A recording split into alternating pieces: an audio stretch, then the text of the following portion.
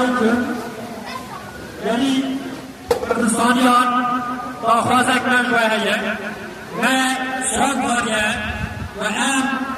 كردستان بتاجر فات هر دری بزمان فات سبتن بزمان فات قدر بدن بزمان فات تیرد و أم دیدان دیر منت فتن لگود در رابطه لکولانان لکوچیان لدکانان لسر غیبرتان لعربان لرشتوران لکیران رابطه بزمان فات قدر بدن بزاروك فرا دمالا فاتا بالتاريخ جنار فرا بسر ميور أنا زوال عيادنا هماينا هما الرسول دوما خاطش يعني يزي وظيفين بايو اگر هماي واشتنا يوم زمان برازو اشمينا يوم زمان برازو فقط هما الرسول دوما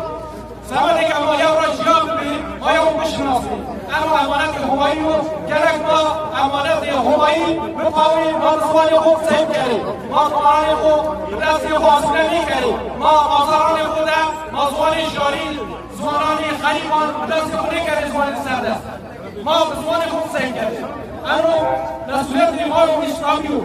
بمانی و شهده سلام ریز جوارم خوشک نیجاد ایک نیجاد زاروک نیجاد سلام نیجاد من صوت خارم بود امه لهر بریم زمان خواه خبر بدم ویدا تاخوزم من شملت امه ایوکم اونجی بزمان خواه خبر بدم بز فرمانجی و بسازاکی تایبتی بزاروکی بکنم لبازرن لکورنن لمارکتن لسوکر